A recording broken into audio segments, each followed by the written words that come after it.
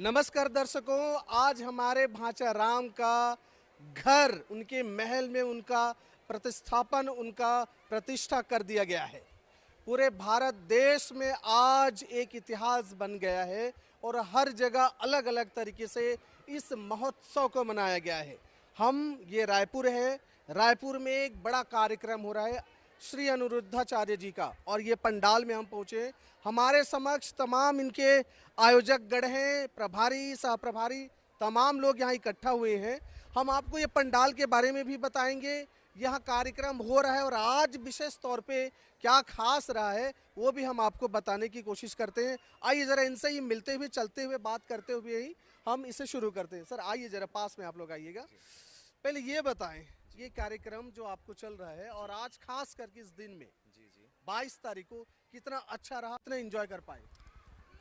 आज की भीड़ एक्चुअली रियलिटी बताओ तो हमको नहीं लगी थी कि इतनी ज़्यादा आ सकती है, क्योंकि 22 तारीख है, घरों पे, मंदिरों पे, हर जगह आयोजन का प्रोग्राम था। लेकिन आज जो भीड़ थी, मेरे ख्याल से अन्य जो बाकी डेट जो थे उसके हिसाब से कुछ ज़्यादा ही भीड़ थी। कितनी होगी जनसंख्या, अंदाज़ा तो हम बिल्कुल भी नहीं लगा सकते, क्योंकि इतनी ज़्यादा भीड़ थी कि लाखों में तो लोग आए ही थे। बैठने को जगह नहीं बच रही थी, इतनी ज़्यादा भीड़ थी। जी तो इस इतनी ज़्यादा भीड़ थी कि लोगों के बैठने के लिए जगह नहीं बन पा रही थी।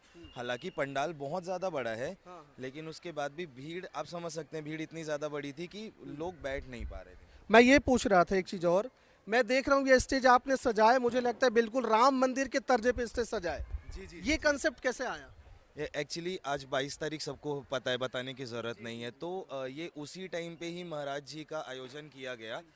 तो उसी के नाम से जो हमारे आयोजक हैं कान्हा बंजारी जी, ये उन्हीं का प्लान था कि एक राम मंदिर का स्ट्रक्चर बनाया जाए, महाराज जहाँ पे बैठेंगे उसके पीछे। अच्छा, ये इसीलिए ये आपने बनाए सारी चीज़ें।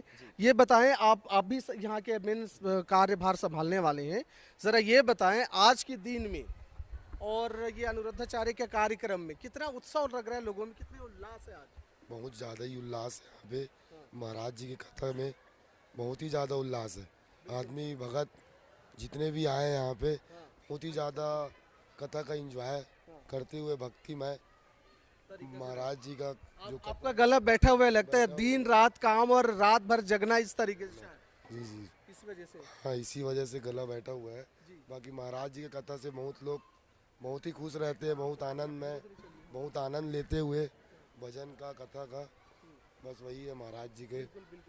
अच्छा सर, ये मुझे बताएं, ये कार्यक्रम आप हर साल बनाते हैं कि ये पहली बार हो रहा है, क्या हो रहा है? अनिरुद्धाचार्य जी महाराज का तो ये रायपुर पे, मेरे ख्याल से, मेरी नॉलेज पे पहली बार हो रहा है। पहली बार हो रहा है। तो मैं ये जानना चाहूँगा, एक इच्छा होती है कि कोई भी कार्यक्रम अलग अलग लोग कराते हैं, तो उस कार्यक्रम के पीछे कोई कारण, कोई रीजन रहता है नहीं? तो इस कार्यक्रम के पीछे क्या लगता है, क्या प्रमुख रहा, या कोई मनोकामना, कोई इच्छा?